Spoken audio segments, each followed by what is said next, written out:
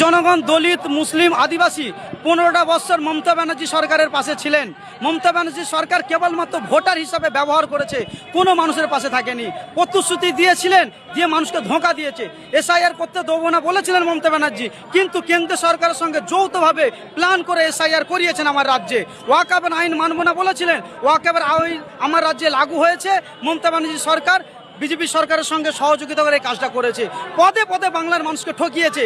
তারপরেও 2026-এ বাংলার মানুষ, কিছু মানুষ 80টা এমএলএ মমতা ব্যানার্জিকে দিয়েছে। দেওয়ার পরেও তারা গর্তে ঢুকে বসে আছে। যারা নওশাদ সিদ্দিকীকে দালাল বলেছিল, বেশ কিছু মানুষ নওশাদ সিদ্দিকীর উপরে ভরসা করেননি, কিন্তু যারা ভরসা করেছে এবং যিনারা ভরসা করেননি, প্রত্যেকের পাশে নওশাদ সিদ্দিকী ভোটের আগে ছিলেন, এখনও আছে। যাদের নাম কাটা গেছে তাদের জন্য নওশাদ সিদ্দিকী আজকে মাঠে নেমেছে। বাংলার মানুষকে আমি ভাবতে বলবো, কাদের প্রতি আপনারা ভরসা করলেন? আইনের সহযোগিতা নেন, নওশাদ সিদ্দিকীর পাশে আসুন, মাথা তুলে বাঁচতে পারবেন।